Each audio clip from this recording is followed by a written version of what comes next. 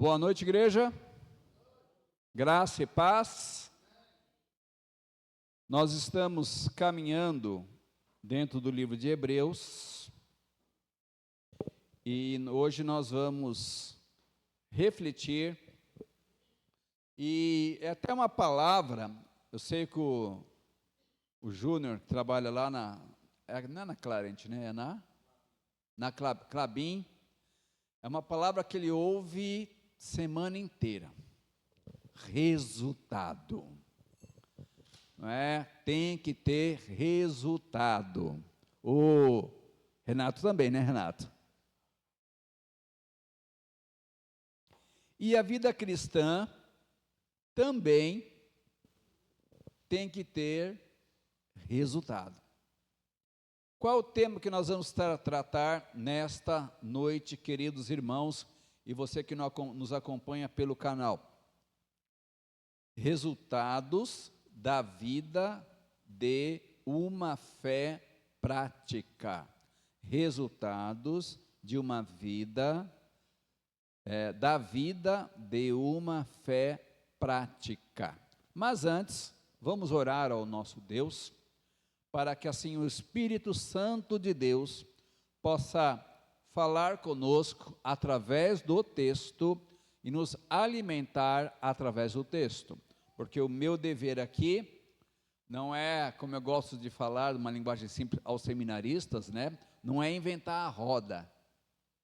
Nosso papel aqui, e nem é trazer uma novidade bombástica, né, Marcos? Para assim encher a comunidade. Não.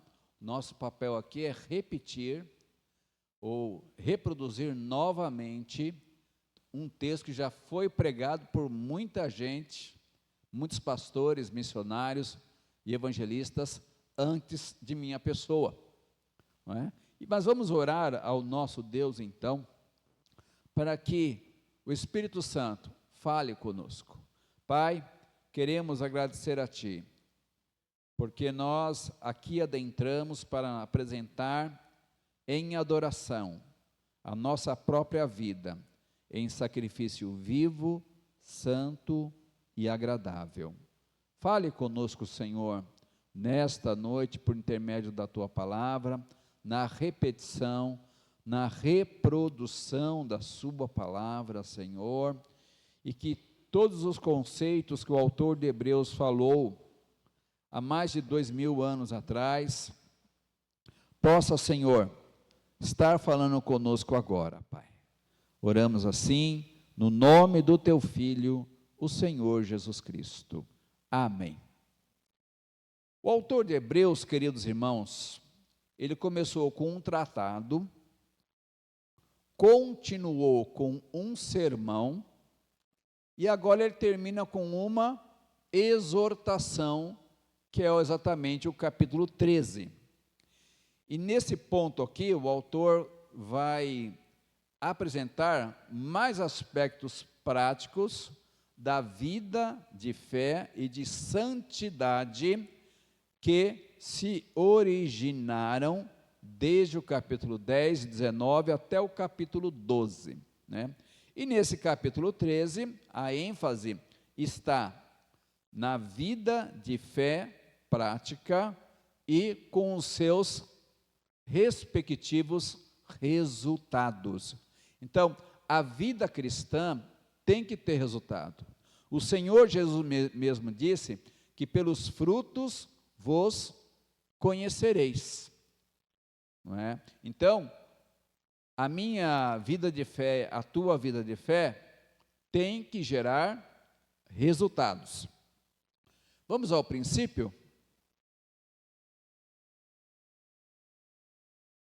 Vamos ler juntos?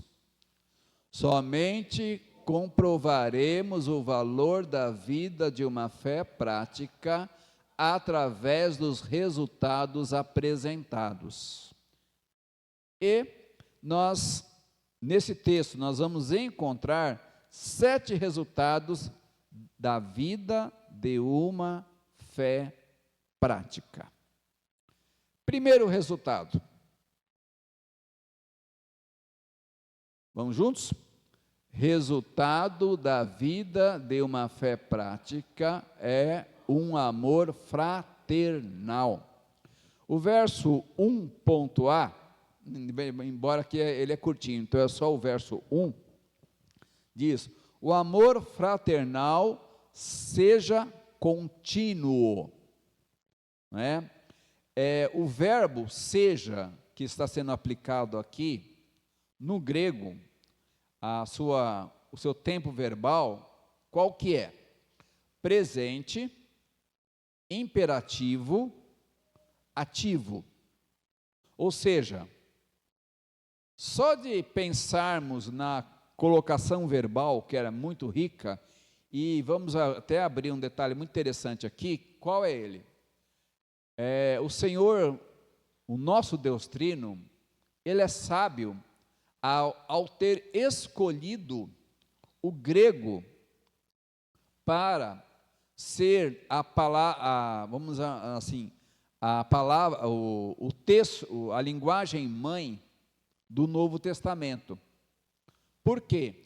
O grego, se os irmãos acham que o português é difícil, irmãos não viram ainda o grego. O grego ele é mais detalhado ainda. Ele é extremamente detalhista. E cada palavra grega, cada verbo, cada conjugação, vem com uma bagagem cultural por trás. E aqui a bagagem cultural é que o amor, ele tem que ser presente, ele é imperativo, ou seja, o imperativo é uma ordem, tá? No grego. Ele é imperativo e ele é ativo, ele não é passivo. O passivo é aquilo que ele recebe, o ativo é o que dá. Então, o seja aqui, ele indica, é o tempo presente, ele é imperativo e é uma ação ativa de quem está lendo o texto. O meu amor fraternal seja contínuo. Essa é a ideia do texto. Então, a partir disso, nós temos e essa recomendação ela é maravilhosa, por quê? Como resultado da nossa fé em Cristo Jesus, né, o amor mútuo, ele tem que ser uma característica do cristão. Isso tem que brotar em mim, eu me incluo no pacote, tem que brotar em você, tem que brotar na igreja de forma natural. Por quê? Porque um dos dons que nós recebemos, e ele é um dos principais dons do Espírito Santo de Deus, é o amor. O amor ágape, o amor ativo, o amor sacrificial. Então, o autor de Hebreus está falando aqui uma verdade maravilhosa. A minha fé prática, a sua fé prática, ela tem que gerar o amor fraternal. Tem que ser gerado em nós. Tem que ser um fruto natural. Lá de Gálatas, amor, e sempre começou, amor, alegria, paz. E é interessante notar que em Gálatas o apóstolo Paulo coloca o primeiro dom ou fruto do Espírito é o amor. E lá em Coríntios, que nós já pregamos, quando nós estudamos todo o livro de Coríntios, o que nós aprendemos? Que o único dom que vai permanecer é o amor. É o único dom que vai permanecer. Então, queridos irmãos, nós, como servos do Senhor, não temos opção, porque tem que ser algo nato, embora não é nato, porque ele veio na nossa conversão. Então, todo aquele que entregou a sua vida a Cristo de forma verdadeira, tem que dar naturalmente o fruto do amor fraternal. E sempre gosto de destacar, dentro do relacionamento igreja, tá? Corpo de Cristo, não projetamos perfeição em ninguém, nem em nós mesmos. Por quê? Porque somos pecadores, não é?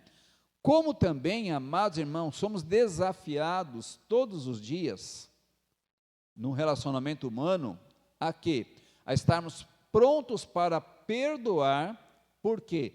Porque fomos perdoados, não é? E também, algo importante, e porque também precisaremos ser perdoados. E até a expressão que eu coloquei aqui, fomos e somos perdoados. Fomos no dia da nossa conversão e somos perdoados também quando nós confessamos os nossos pecados a Deus em Cristo Jesus. Então, o primeiro resultado da vida de fé prática é o amor fraternal, que tem que ser contínuo, né? E é interessante notar que o autor de Hebreus, só pela palavra seja, já seria suficiente para mandar o recado para os seus ouvintes. Mas ele fala assim, seja contínuo, ou seja, amanhã eu tenho que amar novamente. Depois de amanhã, eu tenho que amar novamente. Semana que vem, eu tenho que amar novamente. Então, precisa ser uma continuidade na vida do cristão, o amor fraternal. E sempre lembrando, queridos irmãos, não projete perfeição nem em você e nem no outro. Porque quanto maior a expectativa, maior será a decepção. Então, cuidado com isso. Não coloque expectativas, principalmente ligada ao amor,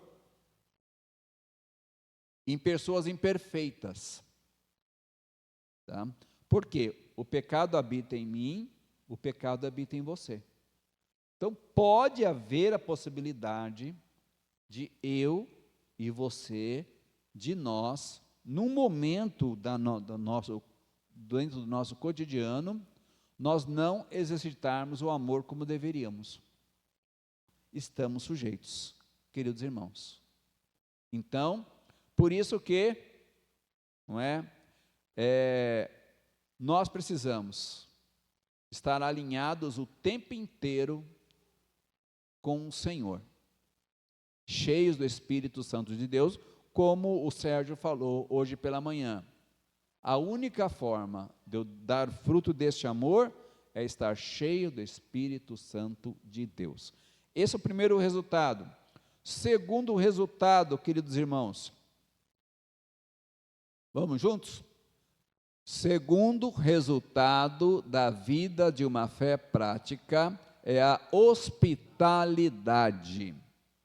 O verso 2, é lógico que ele tem toda uma bagagem hebreia, diz: não vos esqueçais da hospitalidade, pois, fazendo isso, mesmo sem saber, alguns hospedaram anjos.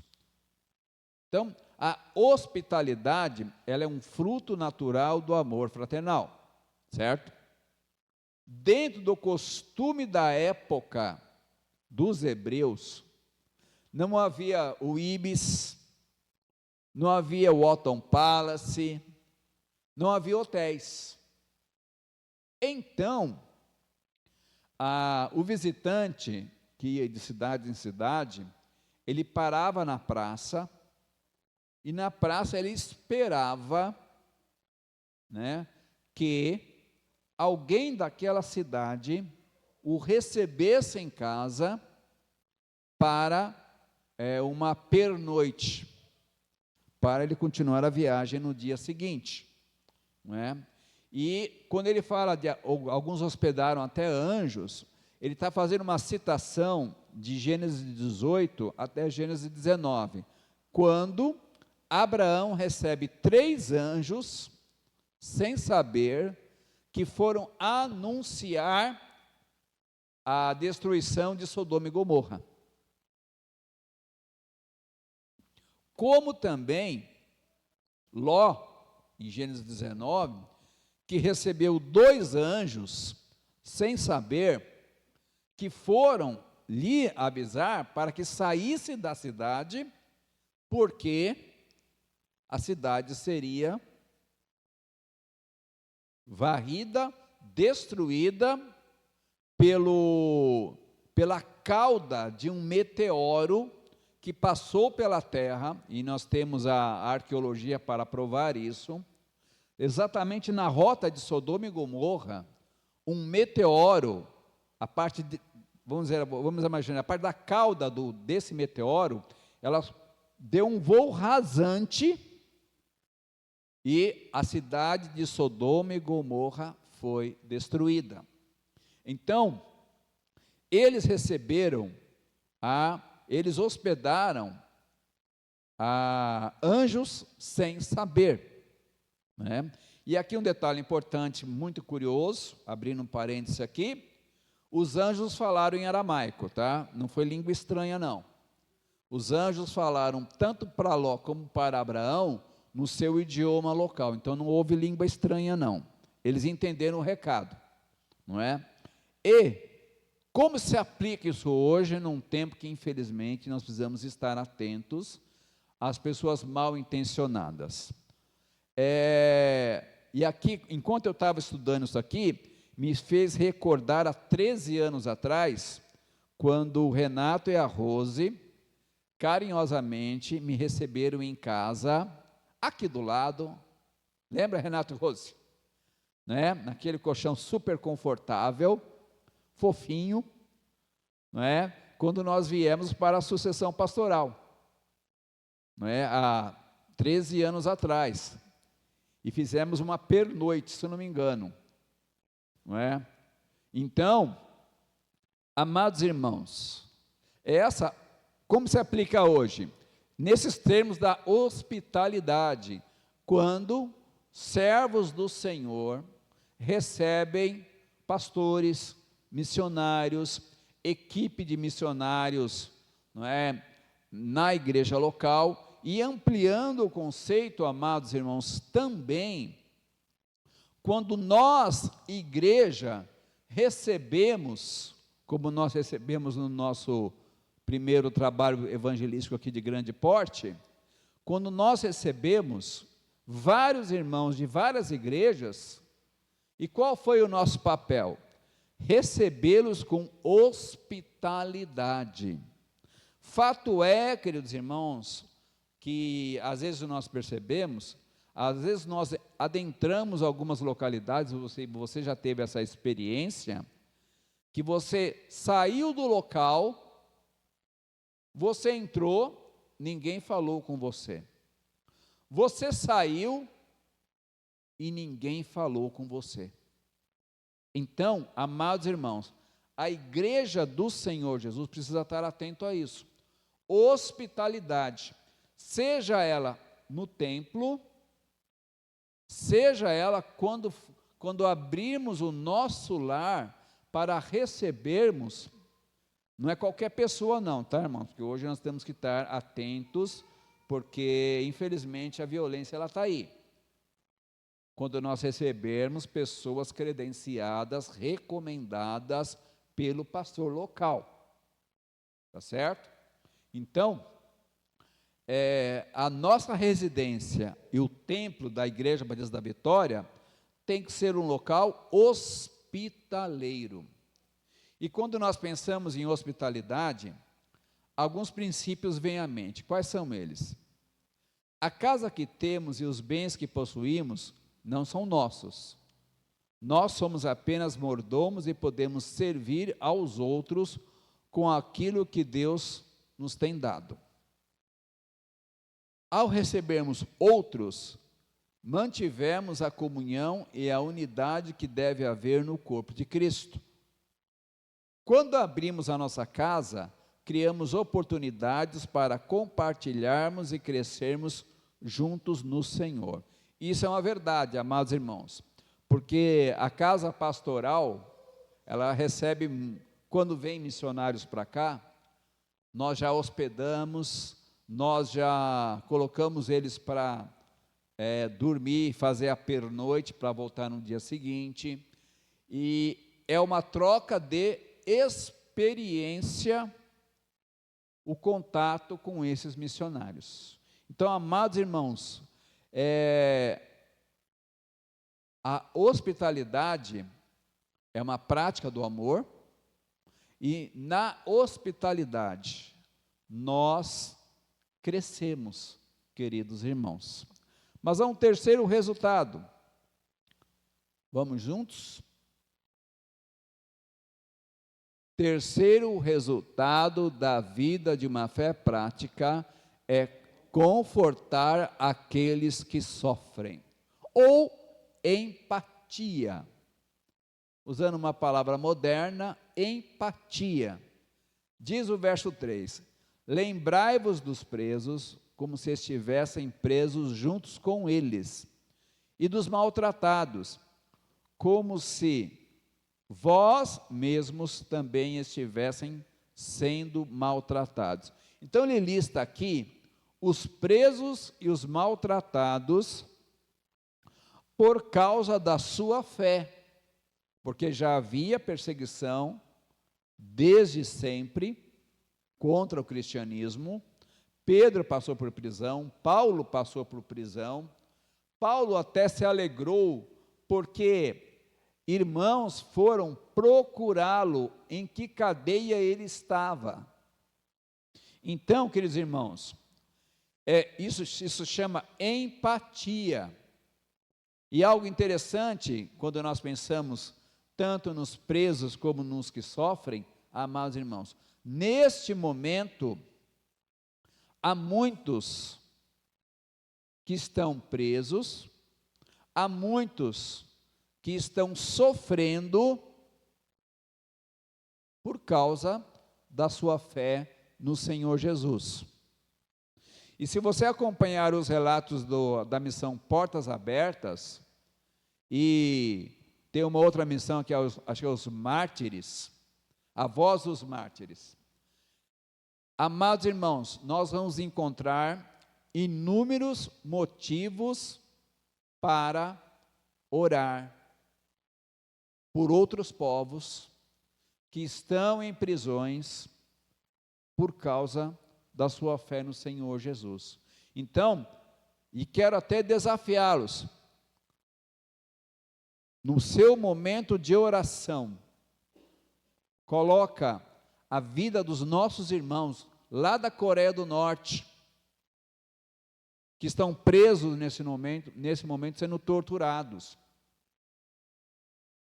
com um ódio demoníaco contra Cristo, contra a igreja e contra a palavra, não é? E em outros países também, não é? Nos países africanos, como a Eritreia e outros países, né? Eu agora não me recordo agora o nome um dos países agora, que muitos cristãos foram mortos, sequestrados. Então, ore pela igreja que sofre, tenha empatia pela igreja que sofre, queridos irmãos. E, no nosso caso, não percamos a oportunidade de testemunhar de Jesus, enquanto nós temos a liberdade aqui no Ocidente. Tanto que o apóstolo Paulo fala em Romanos 12:15, chorai pelos que choram. Está lá em Romanos 12:15. Isso é ter empatia, amados irmãos. E, sem mencionar aqui, logicamente, também, e até quem faz parte desse ministério é a irmã Damares, que ela visita as antigas FEBEMs. Ela e uma equipe interdenominacional, ela visita o presídio dos menores. Então, amados irmãos, tem que ter coragem, né? Então, eles têm esse trabalho de evangelizar essas pessoas que estão presas também, Cometeram crimes? Cometeram crimes. Tem que cumprir a pena? Tem que cumprir a pena. Mas também carecem de ouvir a mensagem da salvação. Então, é um resultado da fé prática, amados irmãos, ter empatia, confortar os que sofrem perseguição ou aqueles que estão presos, amados irmãos. E desafio os irmãos. Se você ainda não faz, começa a fazer a partir de hoje ou amanhã.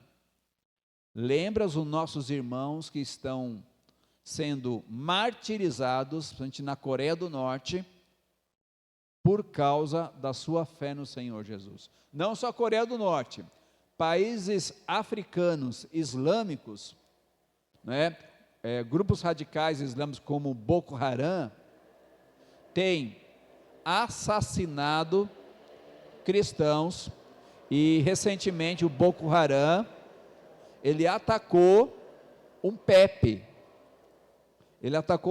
foi uns 2 meses atrás, e nesse ataque demoníaco, morreram várias crianças. Então, amados irmãos, precisamos orar, amados irmãos, por esses que sofrem perseguição e por esses que estão presos por causa da sua fé. Então, isto é um resultado natural da fé no Senhor Jesus. Como também a igreja orava por Pedro enquanto que ele estava preso. Tá? E quem bateu a porta não foi um anjo da guarda, né, Júnior?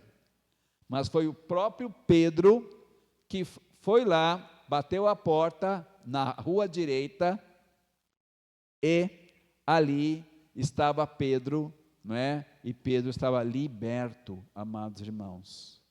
Então, precisamos orar pelos que sofrem. Uma quarta verdade, um quarto resultado, qual é? Vamos lá? Quarto resultado da vida de uma fé prática se demonstra na pureza sexual antes, durante e depois do casamento. O verso 4, ele é muito claro, queridos irmãos. Sejam honrados entre todos o matrimônio e a pureza do leito conjugal, pois Deus julgará os imorais e adúlteros. Então, o autor aqui, ele enobrece o casamento e defende-o como algo lícito e puro, queridos irmãos. Então, a vida conjugal era um estado santo e puro, e o casamento foi instituído, pensando em Antigo Testamento, instituído por Adonai, o nosso Deus Trino, lá no Jardim do Éden. O Deus Trino estava lá, o Pai, o Filho e o Espírito. Eles instituíram o casamento, queridos irmãos. E algo importante, diziam no passado, o catolicismo romano pregava no passado, que no celibato a pessoa se santificava. Tanto que lendo dentro de todo o material que eu li quando fiz a faculdade, amados irmãos, tem um escrito que diz o seguinte, olha, que lá num local onde os padres católicos se reuniam, tinha a seguinte regra: celibato, cama de pedra e comida sem sal. Por quê? Porque eles achavam que assim eles poderiam matar ou controlar a natureza pecaminosa. Doce ilusão. Porque a natureza pecaminosa, ela habita em mim, habita em você. Se não for pelo poder do Espírito Santo de Deus, nós não conseguimos dizer não para o pecado. Então, nós dependemos do Deus Trino para nos santificar a cada dia. Então, o celibato não garante pureza mental. O celibato não garante pureza mental. E por essa razão, por isso que eu coloquei aqui, a pureza sexual, ela vem antes do casamento, durante o casamento e depois do casamento. Por que depois do casamento? Porque vai chegar uma época, não é, que um dos cônjuges vai partir. Então, queridos irmãos, tem os viúvos também. Os viúvos também têm que manter a pureza, não é? A pureza sexual. Então, o recado do autor de Hebreus para nós aqui é exatamente essa. Os solteiros têm que manter a pureza, os casados têm que manter a pureza, os viúvos têm que manter a pureza, viúvos e viúvas, amados irmãos. Então, todos nós temos que manter a pureza. E é interessante notar que ele coloca os imorais e os adúlteros. Imorais, por quê? Para aqueles que não eram casados, mas tinham a prática ilícita da imoralidade. Adúlteros, aqueles que eram casados, mas tinham a prática ilícita do ato conjugal fora do casamento. Então, amados irmãos, aquela pessoa que tem uma vida de fé prática, ele deve demonstrar pureza sexual antes, durante e depois do casamento. É um desafio para toda a comunidade cristã, né? Desde o solteiro até o viúvo. Todo povo de Deus deve manter o caminho da pureza sexual. Por quê? Porque o nosso Deus Trino é santo, como diz o profeta Isaías, santo, santo, santo, lá em Isaías 6. Então essa é uma quarta verdade, amados irmãos. E detalhe importante, Deus julgará os imorais e os adúlteros. Onde está isso? Apocalipse 21. Está lá claramente em Apocalipse 21 e 22, que aqueles que se entregaram à imoralidade serão julgados. E é interessante notar o recado do livro de Apocalipse, que é o seguinte: quem se santifica, que se santifique mais. E quem peque, que peque mais. Amados irmãos, por que ele fala isso? Quem se santifique, santifique mais. Quem peque, peque mais. Por quê? Nesse contexto histórico do Apocalipse, eu não tenho opção de mudança. Quem é de Deus vai se santificar. Quem preferiu o reino das trevas vai se contaminar ainda mais. Então não tem, naquele momento histórico, não haverá opção de escolha. Aquilo que eu fiz antes vai ser os meus atos futuros. É por isso que o texto fala como fala, queridos irmãos. Então, esse é o resultado: pureza sexual para aqueles que têm uma fé prática. Quinto resultado. Quinto resultado da vida de uma fé prática é viver sem avareza. 5a. Seja a vossa vida isenta da ganância. Aqui eu estou usando a versão Almeida século 21.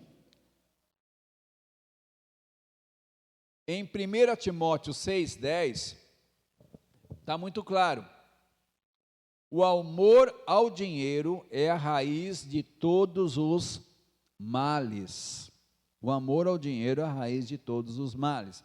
Então, amados irmãos, o que o autor de Hebreus quer aqui estar, ele está enfatizando para nós aqui é o seguinte: a avareza ou a ganância, na realidade, é o amor a um ídolo. Que ídolo é esse? O dinheiro. Esse é o ídolo.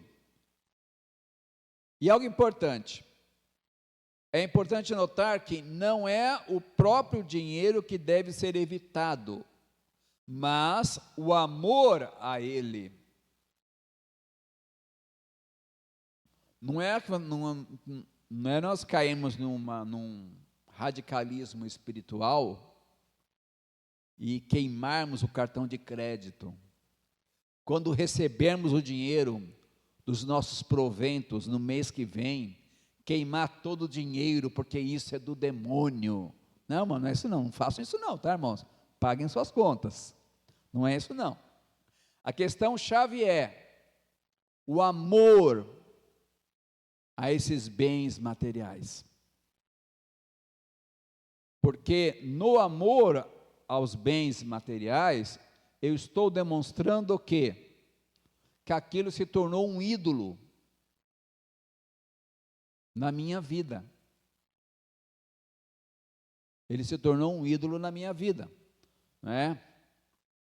E muitos daqueles, senhor, irmãos, que já descobriram essa armadilha, né, teriam evitado muita desgraça se tivessem prestado atenção a esse recado. Qual é ele? Mateus 6, 24. Ninguém pode servir a dois senhores, porque ou odiará a um e amará o outro, ou se dedicará a um e desprezará o outro. Não podeis servir a Deus e as riquezas ao mesmo tempo, amados irmãos. Então, queridos irmãos, Deus, por isso que é muito interessante notar a ilustração quando Jesus ora na oração do Sermão do Monte: dá-nos o pão de cada dia. Domingo que vem nós vamos ter o nosso almoço aqui. E quero até desafiar a você olhar como aprendizado para o prato do seu irmão. Mas por quê? Você vai descobrir, se você olhar para o prato da esquerda, fala assim: se eu comer isso, só isso, vou ficar com fome. Se você olhar para o prato da direita, você vai dizer o seguinte: se eu comer tudo isso, eu fico uma semana sem comer, só para digerir todo o processo. Onde eu quero chegar, com queridos irmãos? Porque Jesus, ele é aquele que num sermão ele fala tudo. É interessante o nosso cérebro, irmãos. Nosso cérebro, ele é, fazendo uma redundância aqui, Marcos, ele é de Deus. Por quê? Eu e você temos a capacidade mental, né? A Bia, nutricionista, né, Bia? De saber, falar assim, eu sei, olhando para o meu prato, quanto que eu consigo comer. Já reparou isso? Você olha para o prato, olha para aquela comida maravilhosa que vai ter domingo que vem aqui, e vai falar assim: eu sei quanto que eu posso comer sem desperdiçar. Como o nosso cérebro é perfeito. No meu caso, 2 conchas de feijão embaixo, como um bom baiano, 1 concha de arroz em cima, né? Aí eu cruzei com um baiano outro dia e falei: não, um baiano falou assim para mim, né? Um crente baiano: não, arroz é embaixo, feijão é em cima. Falei: não, quero discordar de ti. que meu pai me ensinou: feijão embaixo, arroz em cima, não é?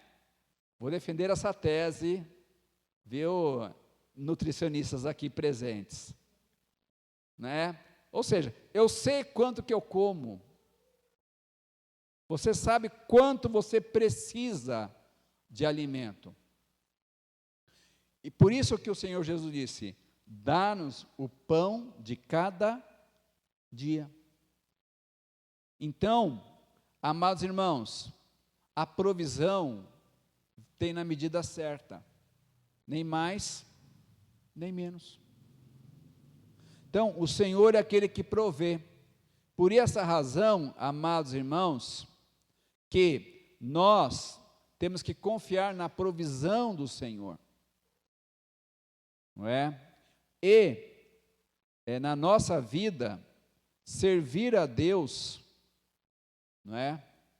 E saber que os bens, o dinheiro que todos nós recebemos dentro desse sistema econômico que nós vivemos, é um instrumento de Deus para a nossa provisão diária. E Ele vai dar o pão de cada dia, queridos irmãos. Porque um detalhe importante que também quando nós pensamos em comida, ninguém aqui consegue comer para amanhã.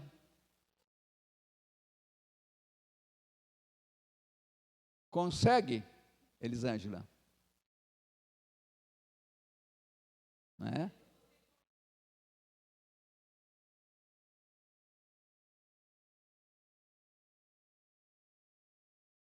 É. Não é? Mas amanhã eu vou ter fome de novo, não é? Amanhã eu vou ter fome de novo. Por isso, dá-nos o pão de cada dia. Então, temos que confiar na provisão do Senhor e não darmos lugar à ganância. E é interessante notar que o verbo que ele vai usar aqui, que a minha vida, que a sua vida seja isenta da ganância. Seja isenta da ganância, queridos irmãos. Então, nós precisamos tomar cuidado com esse Deus, que em algumas versões aparece Mamon, mas em algumas traduções aparece a expressão riquezas. Então, temos que tomar cuidado e confiar na provisão que vem do Senhor. Ele vai dar o pão de cada dia. Ele não falha no pão de cada dia, no meu lar e no seu lar também. Sexta e penúltimo resultado, vamos lá? Sexto resultado da vida de uma fé prática é nos contentarmos com aquilo que temos. O 5b diz: contentai-vos com o que tendes, porque Ele mesmo disse: nunca te deixarei, jamais te desampararei. Amados, a avareza, ela produz o descontentamento. Mas o contentamento tem que ser algo básico da vida cristã. Na avareza, nunca está bom. Assim é a cabeça do avarento. Nunca está bom. Ele sempre quer mais e mais e mais. Nunca está bom. E o apóstolo Paulo, ele faz uma afirmação em Filipenses 4:11. Não digo isso por estar necessitado, pois aprendi a ficar satisfeito com o que tenho. Só que um detalhe importante aqui, a se destacar. Este não é um argumento em prol do status quo econômico, pelo contrário, ele refere-se a uma atitude mental. Então, querido irmão e irmã em Cristo,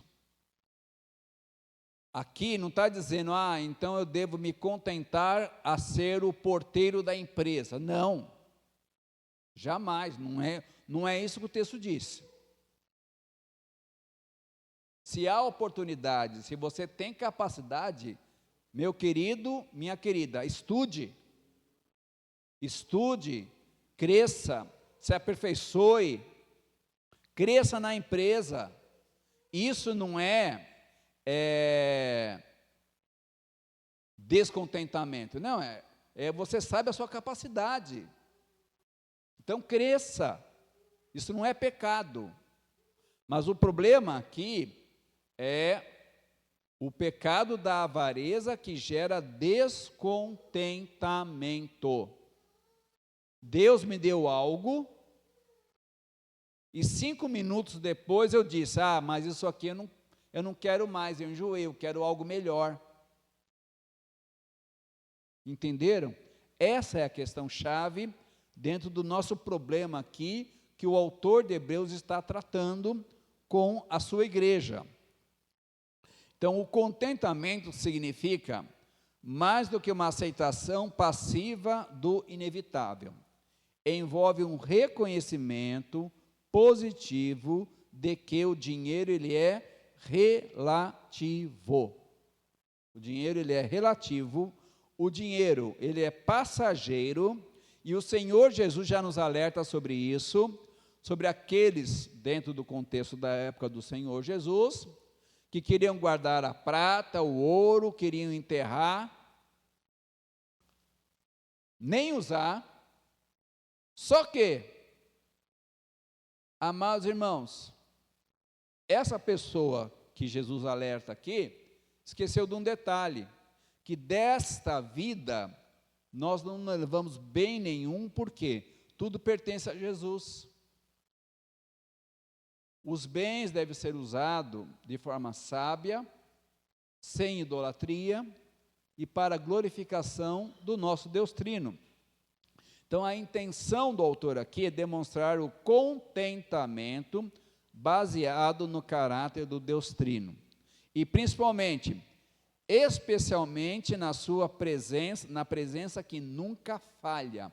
Por quê? Amados irmãos, tem uma promessa aqui para nós. E é lógico que, nós até falamos sobre dízimo pela manhã. Não é porque eu dei o dízimo que eu não estou isento a situações adversas. E não é porque eu dei o dízimo que, eu gostava de brincar, né? Que o anjo Gabriel do céu, eu vou modernizar a história agora, né? Viu, Júnior? Vou modernizar. Que o anjo Gabriel do seu celular, com conta bancária celestial, porque eu dei o dízimo, ele vai fazer um Pix na minha conta e vai sobrar um dinheirão esse mês. Não, irmão, o anjo Gabriel não vai fazer Pix na sua conta. O que o texto está ensinando para nós, amados irmãos, nosso Deus, assim como Ele sustentou o povo no deserto, Ele vai sustentar o seu povo. Nunca te deixarei, jamais te desampararei. Mesmo nos momentos de enfermidade, mesmo nos momentos de dificuldades, amados irmãos, o nosso Deus, é lógico que Ele vai levantar pessoas voluntariamente, sem você saber, sem você pedir, e naquele momento de enfermidade, doença, coisa séria mesmo, Ele vai levantar o socorro que você precisa. Então, é esse Deus que cuidou do povo de Israel no deserto, é esse Deus que cuida de nós também no tempo de hoje. Nunca te deixarei, jamais te desampararei. Então, a vida de fé prática é uma vida onde o indivíduo, ele diz, Senhor, obrigado pelo meu feijão, pelo meu arroz, pela minha casa, pelo meu abrigo. Obrigado, Senhor, pela roupa que o Senhor tem me dado condição de comprar. Obrigado, Senhor, pelo carrinho que eu ando. Porque até quando nós pensamos em carro, amados irmãos, eu quero o carro top. Aí você compra o carro top. Só que mês que vem já lançaram mais top ainda. O descontente, ele não para de comprar carro. Igual os ricos aí. Né? Eles não param de comprar carro. Por quê? Eu quero estar na crista da onda. Então ele vai ter que estar na concessionária todo ano. Entenderam? Então, por quê? Ele é um descontente. Então, esteja contente com as bênçãos que o Senhor tem te dado. Olhe com os olhos da graça, da bondade, da misericórdia do Senhor na tua vida, na nossa vida, queridos irmãos. E por último, o último resultado dessa vida cristã, vamos lá? Sétimo resultado de uma vida, de uma fé prática, é afirmar a nossa confiança no Deus Trino. O que diz o verso 6? Desse modo, com plena confiança, digamos: o Senhor é quem me ajuda, não temerei, que poderá me fazer o homem. Então, essas palavras de conforto, irmãos, estão em Deuteronômio, como também no Salmo 118, verso 6. Com Adonai ao meu lado, não tenho medo de nada. O que me pode fazer os homens? Então aqui está falando o quê? De adversidade. Como também havia adversidade perseguindo, adversários perseguindo a igreja ali da região da Itália. Quem eram eles? Era o Império Romano, eram os judaizantes. Então havia a perseguição. Então, amados irmãos, qual foi o recado que o autor de Hebreus passa para a igreja? Recursos humanos podem falhar, e tem falhado, mas o nosso Deus Trino nunca falha. Então, eu e você, nós precisamos confiar, descansar, que o Deus Trino está cuidando de nós. Homens vão se levantar contra nós. Nós já aprendemos aqui que o mundo odeia a Bíblia, odeia Jesus e odeia a igreja. Então, nós temos esses três, nós temos oposição, nós, a igreja, né, a Bíblia e Jesus. Então, opositores vão se levantar. Só que nós precisamos lançar a nossa confiança no nosso Deus Trino. Queridos irmãos, então não importa o que você venha a passar, não importa os riscos que são reais, não irreais, mas com Adonai, que é o Deus Trino, assim que ele se apresenta no Antigo Testamento, não tenho medo de nada, porque o que me pode fazer os homens. Então, o que o autor diz para eles? Desse modo, com plena confiança. Desse modo, com plena confiança. Então, amados irmãos, nós somos desafiados. Jesus já nos alertou: nesse mundo tereis aflições, mas o Senhor Jesus, eu estarei convosco. Então, queridos irmãos, o Deus Trino está conosco. Então, que nós possamos ter confiança plena.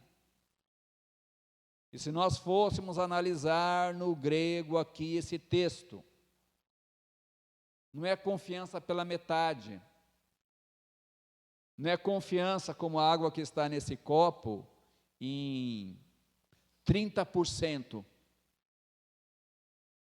Não, é confiança plena.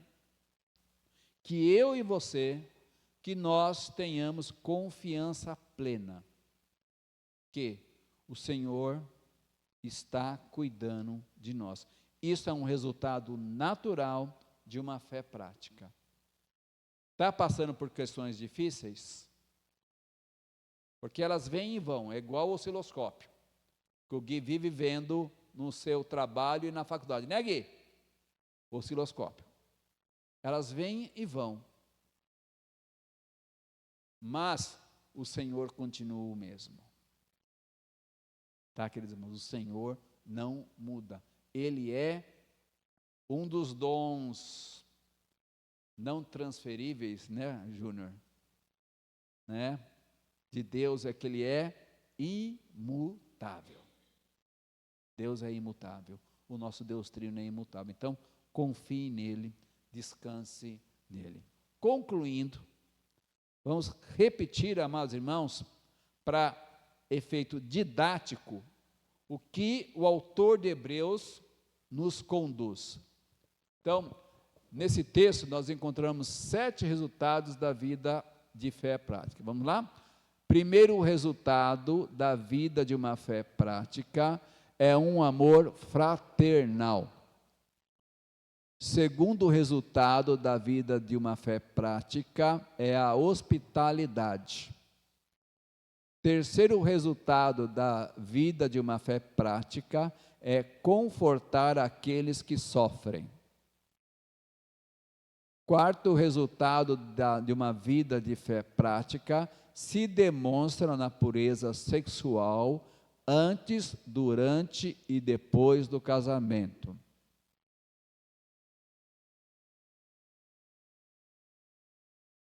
Quinto resultado da vida de uma fé prática é viver sem avareza. Sexto resultado da vida de uma fé prática é nos contentarmos com aquilo que temos. Sétimo resultado de uma vida de fé prática é afirmar a nossa confiança no Deus Trino. Verdades, amados irmãos, retiradas do texto bíblico, porque nós não estamos aqui para inventar a roda, mas para trazer à tona novamente a palavra inspirada que foi primeiramente pregada lá pelo autor de Hebreus.